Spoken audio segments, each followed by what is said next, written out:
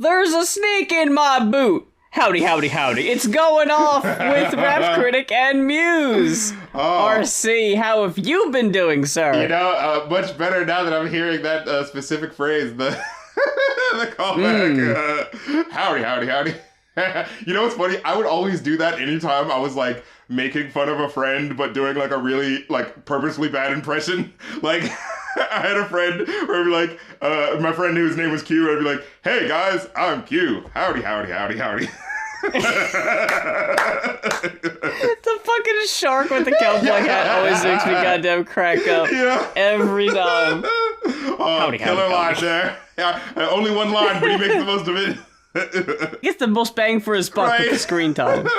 Well, we're back, folks. True to our word. We are back on our grind, back on our bullshit. That's right. And we're back again with 2 more Patreon requests. We got IDLES and 3D Nati. Yeah, all up in you. All over my face. What is a podcaster to do? You want to start with the IDLES album? It feels kind of weird to have 2 weeks, 2 episodes in a row that are so Drake and Kendrick focused, right? Justifiably so, rightfully right, shit was so. Just happening. Yeah, you couldn't go a day without some new update or whatever. And now here we are, 2 weeks removed from the last episode. It hasn't been a full month since all that shit had dropped, you know? That's what's crazy. And what is it in Pokemon when you, like, hurt yourself in confusion? Yeah. I feel like... well, first of all, I feel like it's just over, right? Yeah, like, it's like the culture, over, right? The culture has decided at this point. and like, Drake got knocked out, but he knocked himself out. Right. And now we're just left with this uneasy feeling of like you're all kids in a schoolyard, and 2 kids decided to fight, and one kid just throws a fucking left, and he catches himself in his own eye, and he goes down. And the other kid just kind of stands there looking at him. And you all just kind of slowly start to go home. Like, well, okay, then. It's like, I guess that was it. We're going to come back tomorrow and that kid's just going to be here, huh? Yeah. We're just going to have to act like that didn't happen, huh? Yep. And it feels like for the most part, it kind of has been just business as usual, which is the weirdest fucking thing. Well, what's going on? Is Drake have another single and he's trying to act like, nah, totally wasn't owned, you guys, ha ha ha? Oh, I mean, no, but I don't think he's like... Well, you know what? Actually, I don't know. I don't know what he's doing right now. I truly have to wonder, like, it does feel like, I mean, you never know what the future could hold, but is this it for Drake? Because it's like, what are you going to do that's not going to be immediately met with thousands of comments going, A minor, like, you know? See, I think, like, if he wasn't the biggest rapper in the world, right, like, literally, I'd say, you know, yeah, he's cooked. But, like, there's enough people who just don't give a shit about any of that, which is so weird. That's true. But, like, you know...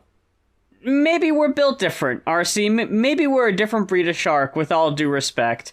That, you know, if one of your favorite artists is outed as a potential... sex predator? I'll say alleged weirdo. You know, maybe you stop listening to them. Maybe. I don't know. In time, maybe. But some people, that doesn't matter. Some people were bumping R. Kelly. Some people are unfazed by this. Yeah, where was this leading to? Huh? Oh, I don't know. That was really it. I just wanted to kind of point out how it's very funny that it was so fucking intense there for a minute, and now it's just done with, like... And I can't tell you the last time this has happened.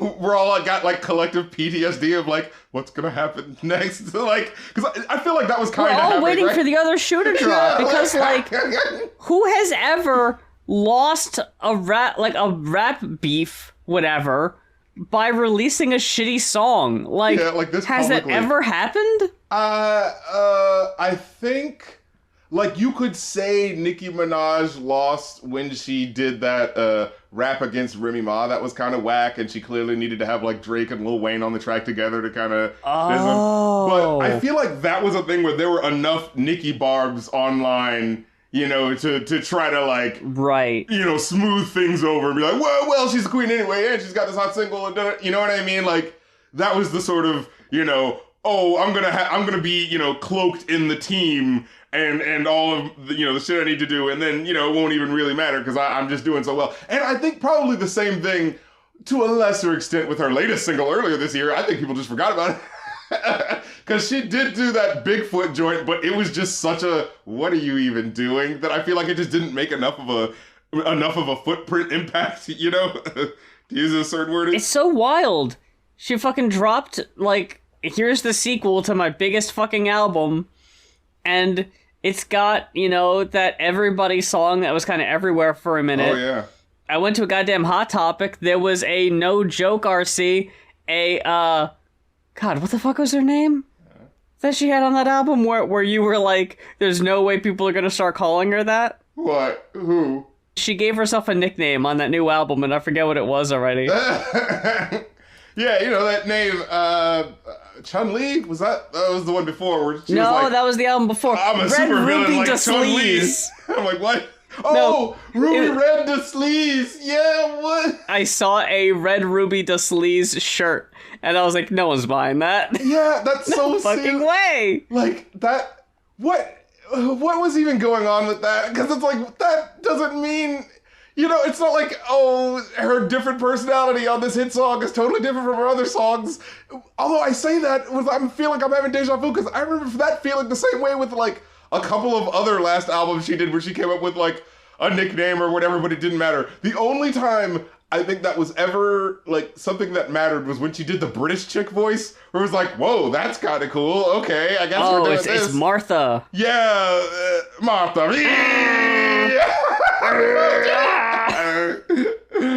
Oh man, it's like, come on, bring that chick back. That's what I'm saying. When Nicki doesn't take herself too seriously and she's doing jokey shit, like laughing like she's slowly losing her grip on sanity at the end of Anaconda, I love that.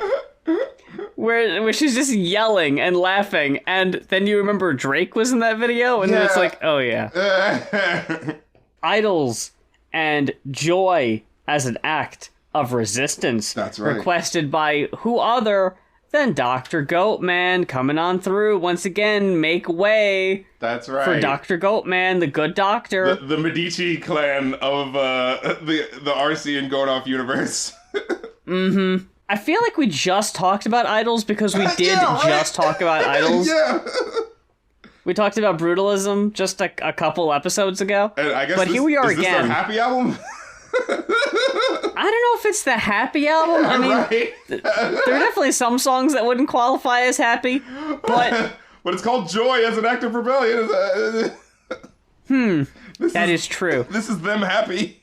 Overall, I would say this album, just speaking from my own perspective, is a much more focused improvement over the last album. But this is very much the I Am Smiling happy album. Because I remember there were a lot of songs where we talked about it where we're like, what the fuck is this about? What is he saying? Yeah, he's just repeating a lot of shit and I don't know what he is. There are so many songs on here that are like, Samaritans is the toxic masculinity anthem. Oh, for sure. Television is the self-love anthem. Right. Graham Rock is the scumbag anthem. Like, these, like, it's focused, make no mistake, it's very apparent who and what these songs are about this time. I think the focus, like I said, is sharper, and I think because of that, the songs are more enjoyable. I will say, for my money, though, and I'm pretty sure I said this last time, too, Idols is a band that if all of these songs came up on a shuffled playlist with a bunch of other shit, I would like all of the songs individually as they came up. When you get nothing, when you're listening to nothing but Idols for 40, 50 minutes, it all kind of starts to run together for me. It's a bit much, also, yeah. Like, their songs, and I'm not going to say this is a detriment, or, you know, a critique of theirs, but their stuff can be a little formulaic, where they do a verse, then they kind of repeat some things a couple times, then they go to the chorus, then they do a thing, then it repeats a couple times. Like, it always comes back to a certain kind of, like, a bridge to the chorus. And a lot of the songs are kind of structured the same way. And he's got a particular voice that really only emotes like this. It's very straightforward and barky, you know, like... Yeah, and it just kind of talks at you very loudly. And, like, it's not bad. And like I said, I like their whole thing. It's just when you listen to them for this long, back to back to back, it gets to be a bit much. Yeah. What were your thoughts on the album? Regarding what you said, which I definitely agree with, But I also, agree with the idea that it feels like certainly a step up from the previous album, like you said, in terms of like the songs being a lot more clear. Track 1, it definitely was a lot of fun, where it was like the first track happens, and then oh, we're on another track too. It's like, what? We haven't even hit track 2 yet. We're already hitting it on that another level, you know? And the lyrics, that's what it is. Like, I always tried to, you know, with songs like this, I just like to listen and be like, okay, what's something that really, like, does this song actually do something lyric-wise that, like, pulls out where it's like, oh, this song is different from this song because you can tell he's saying this here that means something here. And yeah, I definitely was feeling that from track to track. I'll say that much. I think it was the second part. Was it?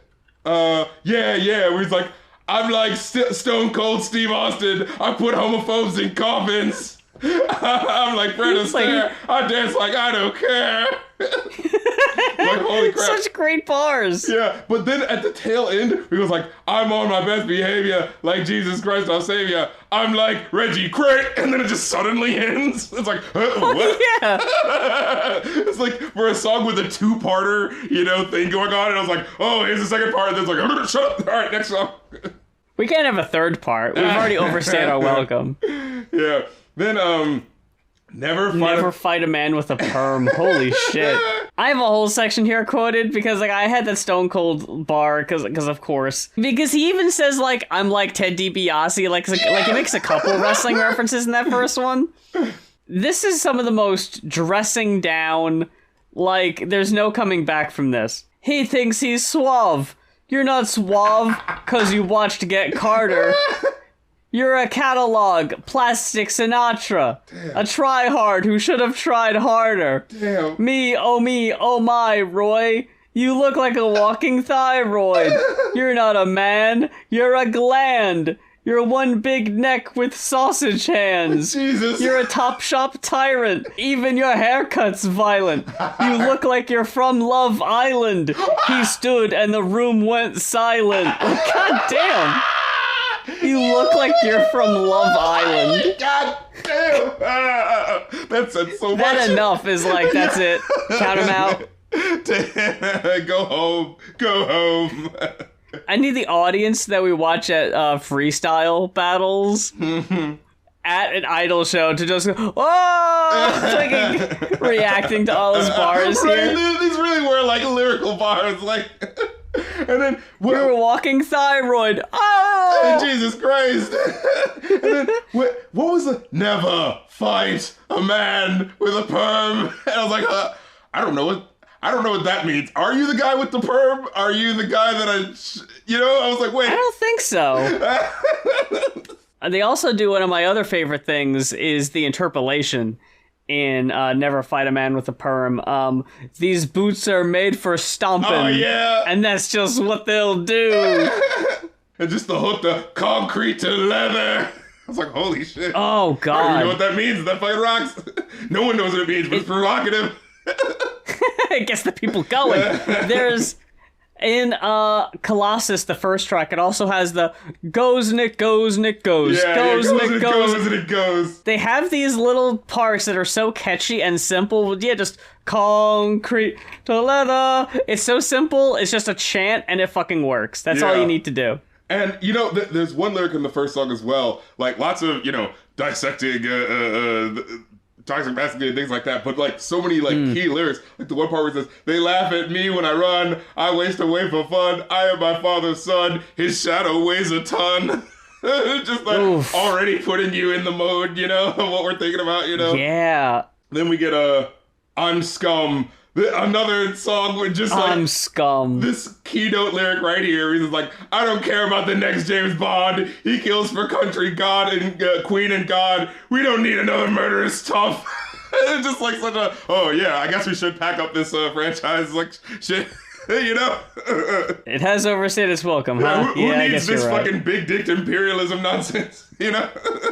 You're right. The misdirection of just like the perception of like the general public. Right. Because like the examples it gives are I overtip waiters and I don't care about James Bond, so I must be scum. The Snowflakes and Avalanche is such a great bar. Genius says, here the song suggests that there are more of these, quote, weak snowflakes that people think, and when they work together to affect change and become strong in unity. That's a solid ass bar. The Snowflakes and Avalanche. There's some God fucking damn. bars on this goddamn album. They were fucking cooking for real. Yeah. Then Danny Nadelko. Now, I don't know who this is, and isn't there one part where he like starts spelling out stuff near the end, and I'm like, I don't know what this is spelling. It's just so many letters. I think it just spells Danny Nadelko.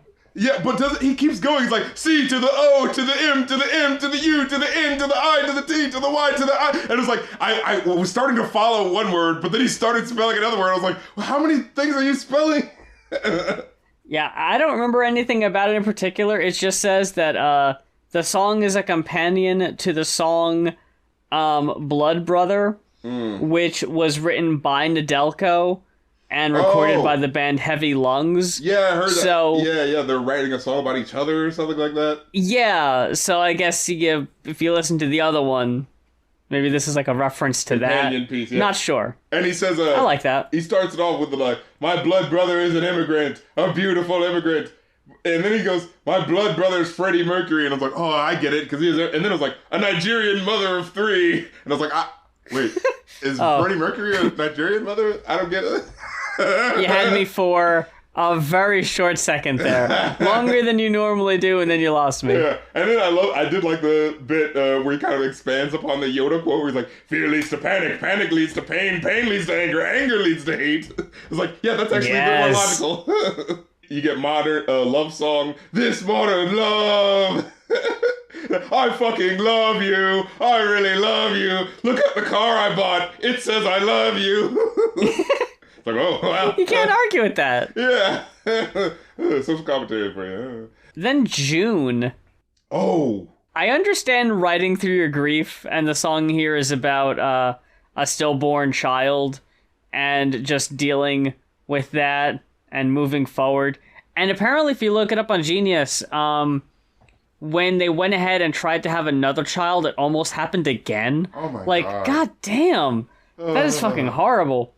I always kind of thought this bar here, or this phrase, was kind of more of a joke than anything. What? The baby shoes for sale, never worn. Yeah, it's and so they repeat dark. it a lot.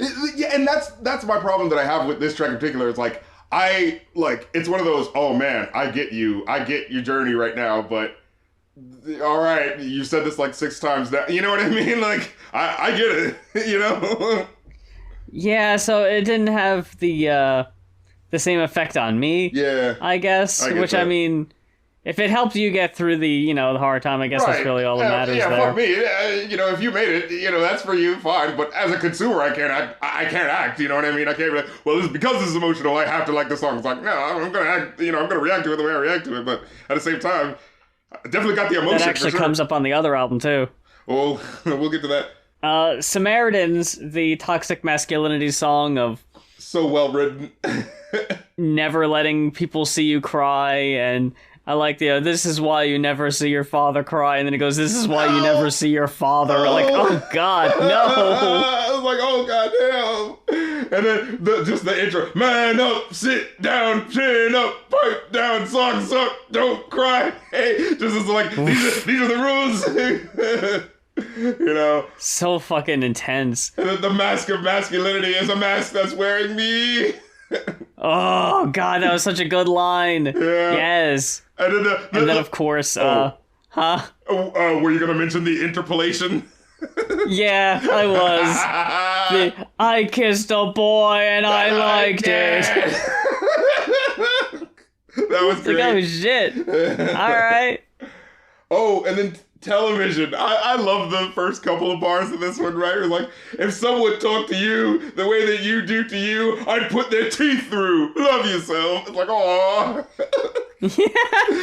Yeah, I mean, I love the message of this one. It's saying that, you know, television is there to create this image for you to aspire to, and it's an unrealistic expectation that we kind of put on ourselves, and that leads to our depression. And, you know, I feel that, and it's I think this is one of the better cuts on here. I love any sort of affirmation.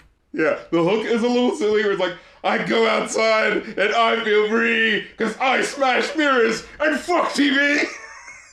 Fuck TV. Like, okay. It's like, part of me is like going like wait, I smash mirrors and have sex with television. But, yeah, but no, I get the point. Then Great, which the songs here were starting to go a little down for me a bit, admittedly.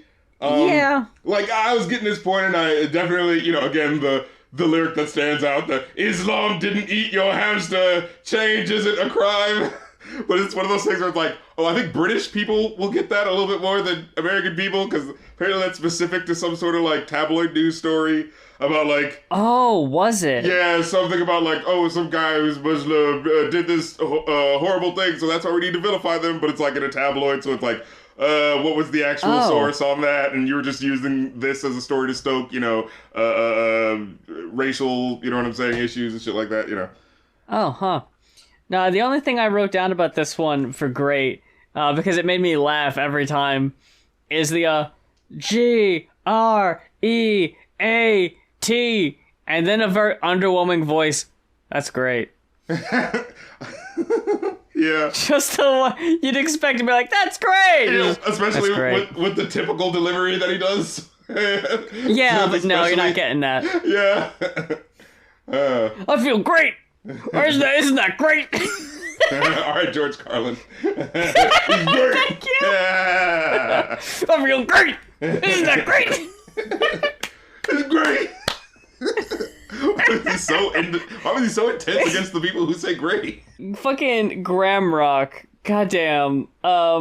This is one of my favorite line deliveries on the whole album. I'm sorry your mother's dead.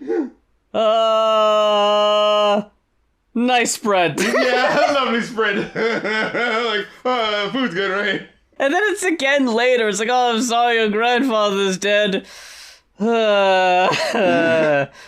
Nice spread. Like, it's a good moment, but my problem was, this was one of the songs where I was kind of going back to the previous album where we're like, okay, that was a good moment, but like, how does the song come together? Because like, the hook, I don't understand how it relates. Like, I scored a win, bada bada bing, I'm the king, I scored a win, bada bada bing. I was like, what does that have to do with the grand? You know what I mean? I was like, what's going on with this?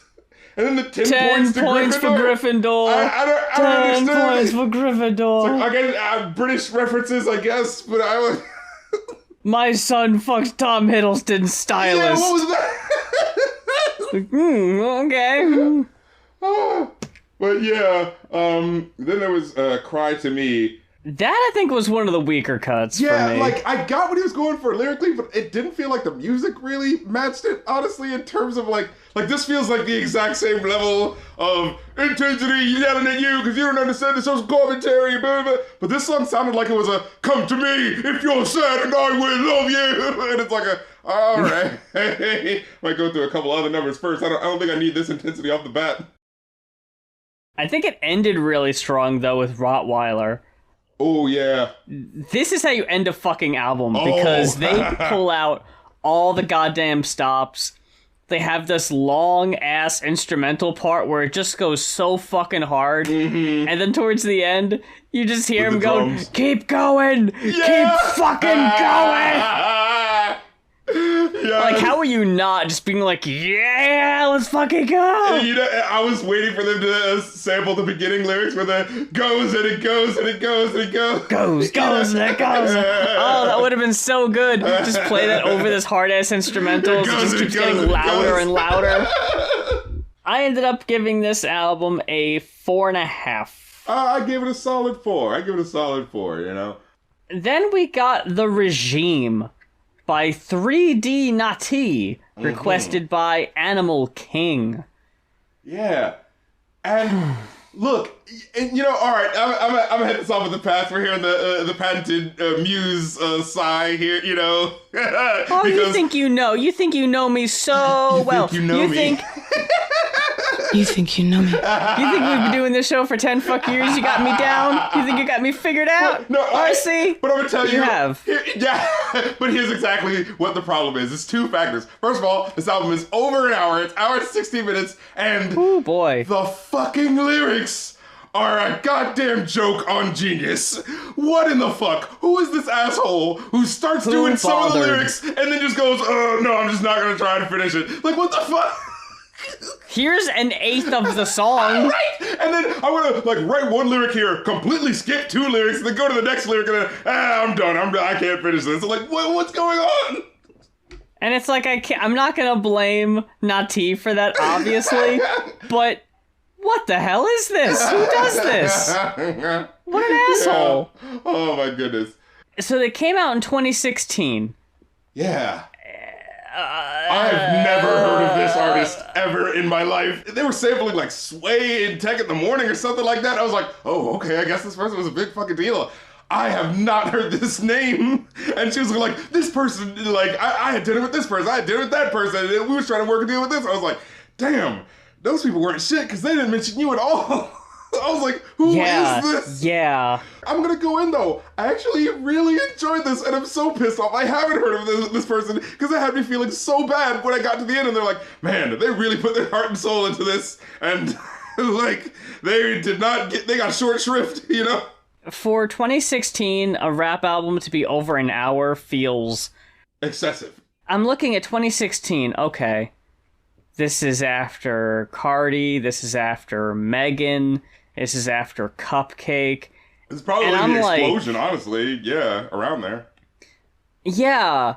And I'm just listening to this and just like, yeah, you're given bars. The flow is, undeniable. But I don't know, man. I thought this, for the most part, was pretty fucking mid. And just like, I mean, it honestly does not help that I wasn't able to follow along to the lyrics. That definitely makes it a harder listen for me. But when all you're doing in like half of these songs are fucking dropping names for like, what's the fucking point? I was feeling kind of game level at certain points. I was like, okay. And like, she addressed it at one point as a joke to be like, you said I dropped so many names, but y'all bitches just talking about it. I've actually met these motherfuckers. You know, I was like, all right, that was a little bit of something. What does that mean, though? Who cares? Yeah, but it didn't make up for it. And as someone who dropped an album that, clearly they didn't end up being king shit, right? It kind of feels like like this was the person I was trying to get to help me. This is the person I was trying to get to help me put this out. That's what it kind of ends up sounding like a little bit. And now, like I said, on this album, I feel like we get a piece of her journey, especially near the end, where she talks about like, yeah, I could have fucked this executive producer, and maybe you would have heard my name on this thing, but I didn't want to do that because what the fuck? I would have, been getting 10% of 2% of this, that, and the third, and then, sure, I'm getting fucked and like, monetarily and like sexually, literally, but at least my song's on the radio. Fuck that. I was like, so it's sort of like, yeah, go you, but then I was like, damn. It was like, you really paid the price, Yeah. And then I was just thinking about, like, the names, like, 3D Nati is, like, that's such a specific name. And it's like, I feel like I should have heard this. And I was like, maybe I just needed to go with a shorter name or something, because 3D Nati, it just seems like, you know what I mean? And she's talking about her Twitter, like, which, again, really? 2016. Like, 2016. I'm taking time to talk about how much time I spent online. Like, is that a fucking brag? I don't know. You know what this is? This is a writing in my diary, super personal rap album, and it's one of those, you have to care about this person to be invested. Like, that's kind of the problem, right? Because halfway through this album, I was listening, I was like, it's not that she's bad at all, it's just that if you don't already care, you're not going to, you know? And also, as well, I feel like the hooks are a little, like, weak from song to song. I was having a moment where I was like Big Dog, I feel like was one of the better songs lyrically, but I remember the hook just being like nothing. Like, I'm a big dog, I'm a real big dog. I was like, all right, you know what I mean? Like, yeah. That's exactly my reaction. Seriously, all I wrote down was, okay. Like, is that, like, this is the energy you're bringing? Like, I'll go through here. I think it started off really strong with the return. Yeah, the return was good with the Luxe Turner, you know, sample of, take this female rapper seriously, goddammit, you know? I think that was a bit up its own ass, but I think it worked. Overplaying the hand, but I like, it was sort of like the, I've got something to prove, you know, sample, you know? I liked the miseducation of 3D Nati, the Lauryn Hill homage track towards the end. That was a pretty strong one. The Regime, the outro cut, I thought was a really strong one. Probably should have put that one earlier. And honestly, for the rest of the album, pretty mid, honestly. Not gonna lie. You know, I'll vouch for her, I'll fight for her, I'll tumble for her, okay, on this one, you know, because I thought... you know, because the first track I thought was dope. Still, immediately, it's like, you know, the hook issue, but like I said, I think she had some dope lines with the Uptown Girl, no Billy Joe, you know what I'm saying? What was it, oh yeah, I like how she ended the one verse. She was like, ride through the block with and she was kind of like going on, you know what I'm saying, a tear for a bit, and then she's like, ride through the block with a pocket full of knives, and I still, oh, never mind, you look like you might be a cop. Like, just sort of like, wait, I ain't gonna tell you that. I ain't gonna give you that game for free.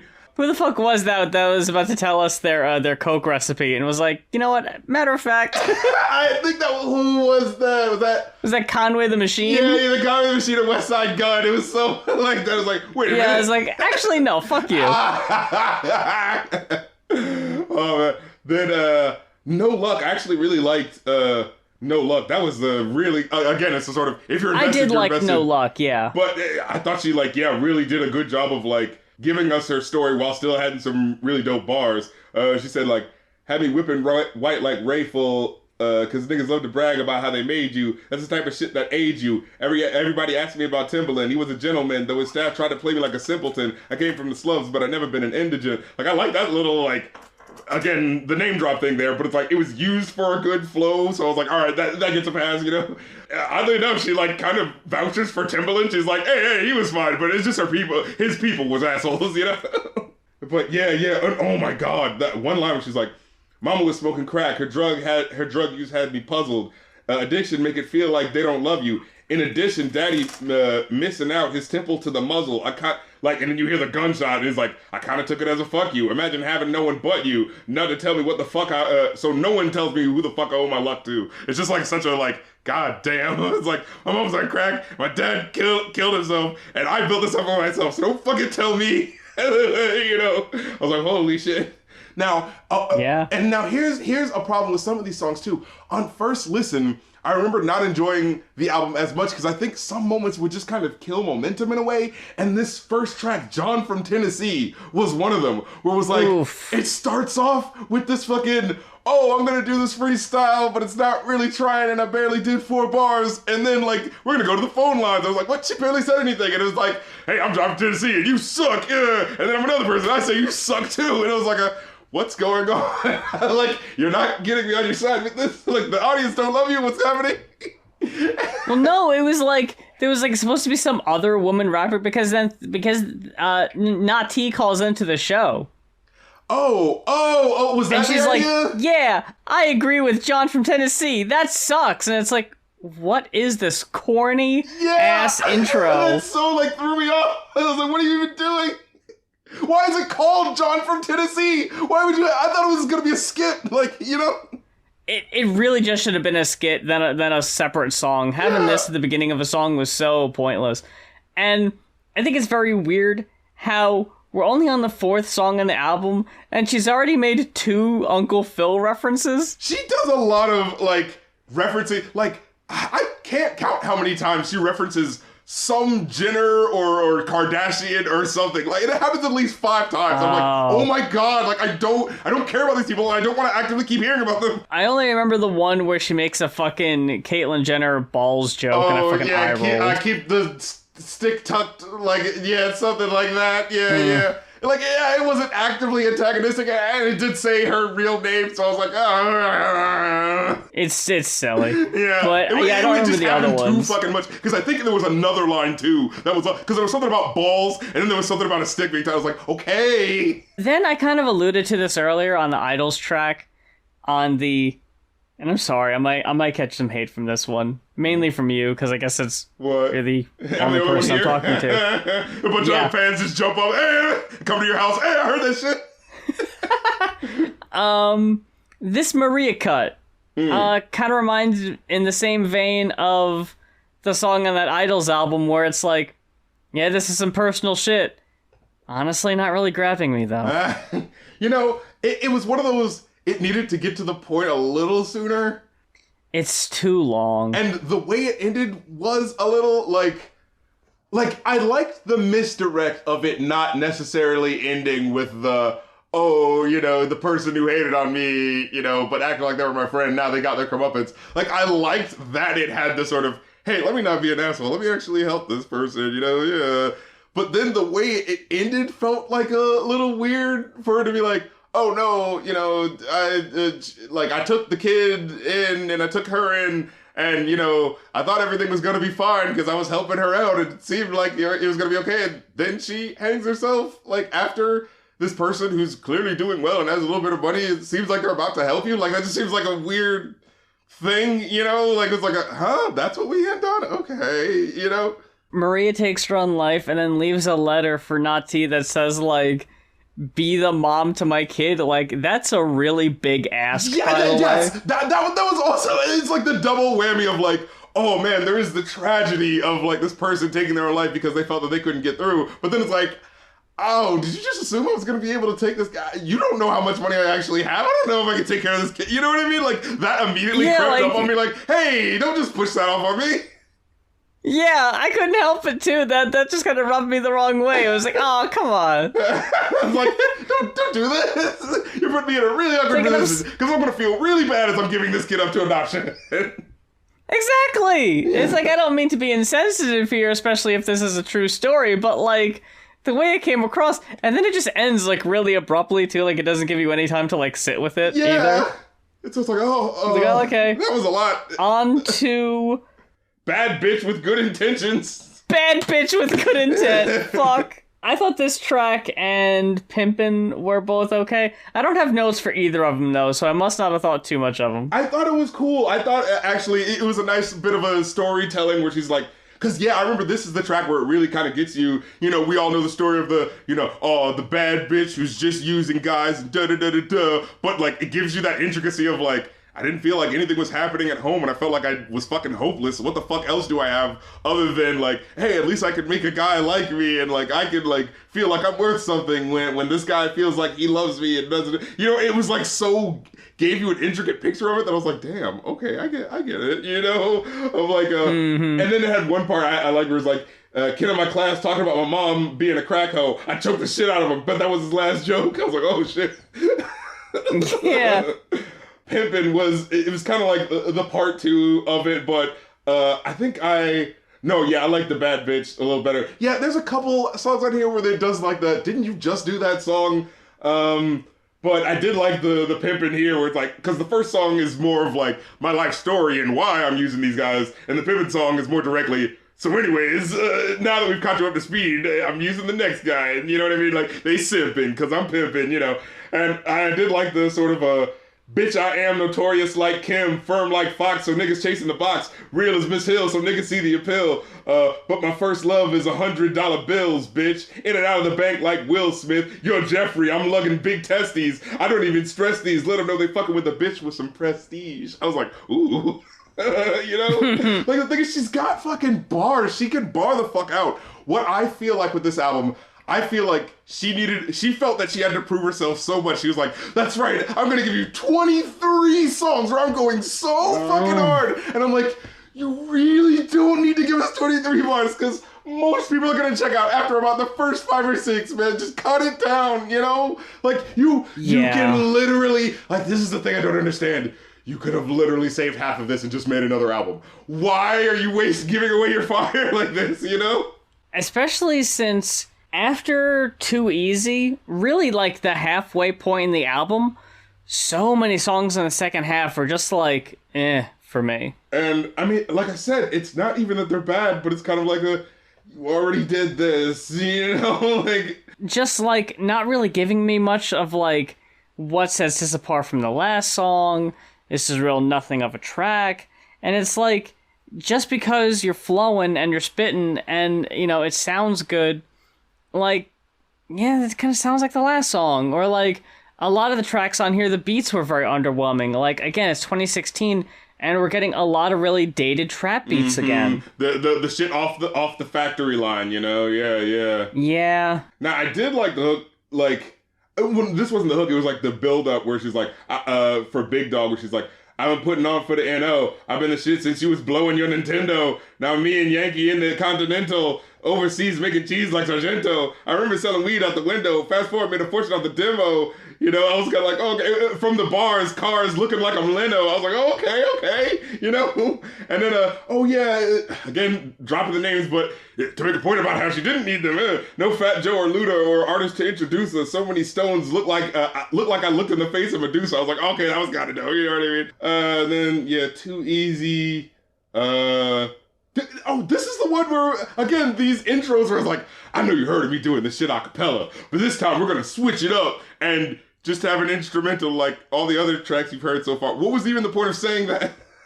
like, why did you even, like, again, it's like you're killing the momentum with these, like, unnecessary intros. But I did kind of, again, 2016. Remember these news stories, folks? While Twitter fingers was twittering and Amber Rose's fingers was fiddling up Ye's ass and Quentin Miller was scribbling up in Drake's pad. That was kind of funny. I managed to skate past in my own lane with no motherfucking brake pads. I was like, again, like, you know what I'm saying? She's barring out, you know. Another one just like, please ho, fuck subtweets. I'm very vocal. Speaking of subs, I'll get your boys touched. No Jerry Fogle, you know. Oh yeah. You know, like I said, another one. Have your whole family gone, aunt and uncle, granny gone, no hesitation. Compared to me, Conrad Murray got more patience. I was like, oh damn. So it's like I said, like she's not bad. I think it's just the presentation of the tracks ultimately. You know, you need a solider hook, these solider beats that really mean something from track to track. You know what I'm saying? That's what I'm feeling like. And then, just like I said, it's so long. Like, even with these later songs that I don't feel are that bad, it's just like, by this point, I've already heard the better version of this song, you know, and you have to know that, right? I agree. And Running Away Taboo is another one of these heartfelt tracks that I really liked. Yeah. Just wish it was earlier. Yeah. Because, like, my fucking patience... Man, I'm telling you, my patience and my attention span, you start losing me about halfway through with an album this long. Once you start seeing 23, you start seeing a 2 as the number of tracks, it's like, oh, come on. It's like I would have probably rocked with this harder if it was earlier. Yeah. I'm trying to look, because, like, I even have for the best, I remember writing down, the rhymes are solid, but this hook is like nothing. You know, I'm the best, I'm the best, I'm the best, I'm the best. It's very ironic, too, that I thought The Best was like one of hands down the weakest cuts on the album. Like I said, the hook was nothing. I really do think that wasn't. No. Worth It was an okay, like, sex song, sort of like, oh, okay, we're kind of doing something here. I think I gave that one the lowest rating on the whole thing, honestly. Well, you know, I mean, I don't think she does too bad when she does the sex song, but I can get the feeling of, like, oh, you were just telling us that, like, I don't need to do what all these other rap females are doing and having to resort to the sex song. But I don't know, I think it did well enough to be like a setup of, like, oh, I'm talking to this specific guy. You know, it was like, it was doing something, but like I said, oh, if we just shaved out this track, like, I think I could appreciate it a little bit more. But the track that I did appreciate regardless was Young America. I think that one actually stood out regardless of like oh shit, okay, we're really saying something here. Cause I liked, wait, where was the part about well, let me fucking see. Cause there was one line in here that I wanted to make sure I got, but I can't remember if this is in the myriad of songs that doesn't have any fucking finished lyrics. Oh wait, this might actually be one of them. Hold on. My moms was speaking in tongues while I was turning up, you know what I'm saying, the Fetty Wap or whatever was relevant at the time, you know, because I was like, oh yeah, you know, saying Jesus needs to save you, but we're still in the hood and Jesus has been around for a while, so anyways, you know, that sort of deal. And then she had another line, Mama pointing to Genesis, selling government benefits in a country where the opportunity's limited, school hard to be interested in algebra and formulating sentences when kids disappearing by the increments. So instead of sitting in class with Texas Instruments, young niggas pitching in bags wider than Eminem, who's gonna mentor when daddy hardly remembers them? You know, fucking chunked it on the delivery, but you get the point.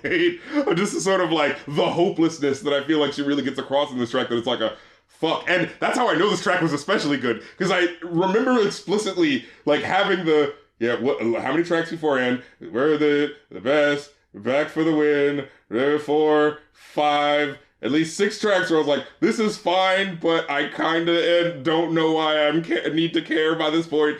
And then that track was like, oh, I care. You know, so I was like, okay, so if the track is done well, you still can get people's ears to perk up. You know, it's not like length is automatically, length is the song, length is the album killer. No, you know what I mean? But it's just, you gotta make it worth the people's while, you know? And I think with this type of writing in my diary raps, I think it really banks on I'm just being so specific and intricate about my story that you have to care. But it's like, you're getting so specific and intricate that if I'm outside of the small group of people that cares, I can't, you know? Yeah. And then, I did like Rich Dad, Poor Dad though. Again, when she does a really intricate job of it really just depends on how good you are with the description, you know? Like, how flavorful are you with the description of really getting me to understand, you know? Because Rich Dad, Poor Dad, I think, was another one that actually was really dope. And then when it specifically ended with, you know, again, they're talking about her struggles, and then ending with, like, I don't want my kids spending the last putting flowers on my grave. Just sounds like the final lyric was just like yeesh, yeah, goddamn. Like, you know, my mom's struggling and having to do all this shit, and it's like, I do not want this to be the pre-made fate for children that I bring into the world, that they need to spend their last on just making sure that I have a nice resting place when I'm dead. You know, it's like, that sucks, you know? And then Industry Niggas. Again, Niggas, was this around the time of that album? Was this around the time of To Pimp a Butterfly? I think so, because To Pimp a Butterfly was 2015. I think it was a year after To Pimp a Butterfly. Yeah, because I was like, wait, niggas. I was like, oh, this must have caught on for a quick while. Negus. We're gonna say it this way, guys. It's gonna catch on. Then Kendrick is like saying it like later that album, yes, like, well, just okay. Normally. I guess he got sick of that really quick. I wanted to make a specific point, but it's kind of hard to make something stick, even for me. So I'm just gonna go back. You guys are gonna say it though, right? Like, no, if you're not even saying it. But yeah, now I did like how, you know, this was a track where I felt like she was doing really good in terms of like, because the first verse is like, oh man, all you industry niggas just copycats, just try to do the next thing, and then all you industry bitches, you know, just doing this for, you know, to get a guy to care about you, and and just really land in. And then the third verse is like, I look in the mirror and I see an industry bitch. It's like, what the fuck am I doing trying to like do this? And hey, I almost like slept with this guy just to try to get ahead for some likes and and you know, because so I kind of like that sort of reflecting back on yourself. I'm like, geez, how better am I than these people? You know, I'm giving these guys a dressing down, but like, no, I want the same fucking, you know what I'm saying? I'm dealing with the same pull to materialism and things like that in this material world, you know? So I like that as a sort of fourth wall breaking thing, as a track, as as listening to the song and getting that sort of like, oh shit, all right, we're really digging in. It's not just a, you know, Hobson, sit down for my lesson where I'm going to tell you guys how you're bad. It's kind of like oh shit, well, how great am I? Like, I love that, you know? Running Away, again, that was really intense, and I like the sort of beat switch up at the end where it goes like, and now I got some more shit to tell you, actually. But Authentic was another like, yeah, we get it. And then I could have swore they made a Kardashian reference already. You know, by track 22, I'm very certain they made at least 3 references already. God damn. Yeah, and then, you know, but I think this is the part at the end where she does have that little point, because she ends the track really quick with like, you know, I guess I could let him fuck me, like, you know, let this executive producer fuck me and let him take 80% while at least I get played on the radio. Are you fucking crazy? Like, I like that, you know. Then the miseducation of 3D Not T, I thought that was a nice homage. And the regime, you know, again, this would have probably worked a lot better. Not even sooner. If this was just a shorter album, like, this would have been a great, we had a good time, and here's the final track to write us out. But by now I'm like, please end. Overall, though, I do have to say, like, I would still give it like a 4, you know what I mean? Like the length, again, it's the album killer, you know, for a lot of it. So, but I can't act like most of it isn't like solid stuff. Like I said, from track to track. Maybe if I came across this track like, oh, this was the hit single. You know what I'm saying? Like I could totally see this being like, oh yeah, fine track. But then you get to the album and be like, oh, well, maybe I remember this more so it stands out, but then the rest of these are you know, it's that sort of deal. I ended up giving it like a 3. Oh, like, cold-blooded. I think it was fine. I don't know, man.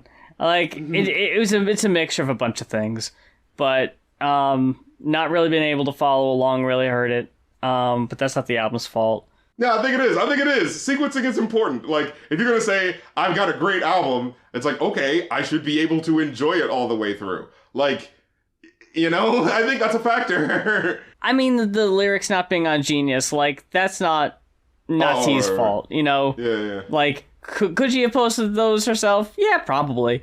But, you know, I'm not going to expect every artist to do that. You mentioning some of the memorable lyrics actually got me to boost my score up a little bit. Sure, it's about the conversation. I don't want to go too inside, folks, but I did text RC that my attention span for rap albums is really getting zapped. Like, and it's like the thing is, like, why are these albums so, like, most of the shit, you know, is about like, I got more ice and cash and bitches than you. It's like, how many times do we need to hear it, man? How many times do you have to write that lyric? Yeah, like, I mean, the album definitely did not need to be this long either. I think if it was half as long, I probably would have enjoyed it a lot more. It would have made it less daunting of a task for me. But for what it was, I think it was okay. Well, folks, that about does it for this week's episode of Going Off. Thank you so much for checking us out this week and spending your time with us. We greatly appreciate it. And you know what's going to happen with the intro that we did about Drake and be like, man, it's totally over, right? Well, could possibly, you know, like Drake's going to try to do another fucking song. Then Kendrick's going to be like, all right, well, here's my other song that I was going to release. It's going to be like, oh, it's going to start all over again. If Drake releases another song before Kendrick responds to the last one, that is such a done. Yeah, like, that is, yeah. You had to. You knew you had to. Yeah. Yeah, that's fucking an admission of defeat. Yeah, but I really am trying to see how is this year going to play out. Is Drake gonna like run to another, you know, up and coming rapper who's you know the next 21 Savage, whoever's coming out this year, and be like, hey, let's do an album together. You didn't hear about that stuff that happened earlier this year, right? Let's do an album together. Let me coast off of your fame for a little bit. You know, is he gonna do that, or is he gonna try to be like, nah, that didn't even happen. If I don't acknowledge it, it'll just go by the wayside. Or is he going to do a War Games where he just goes, the only winning move is not to play? You know, like, fuck it, I make EDM albums now. He Machine Gun Kelly me out of the game. And remember when I did that EDM album? Yeah. I'm just doing that now. Yeah. If he completely shifted to another genre, holy country? Shit, that'd be great, honestly. Oh, man. None of those guys in Nashville, they don't keep up with rap beefs, do they? Oof. Well, what you got going on your side of things, RC? Oh, well, you know, we got the Kofi.com/rapcritic, especially if you want to do those live stream requests. Just got a couple, I'm actually going to stream one tomorrow, where people can like throw in, you know, ask for an absolute best of, where I go through an artist's best of joints, you know, or listen through an album, you know what I'm saying, get me to experience something for the first time.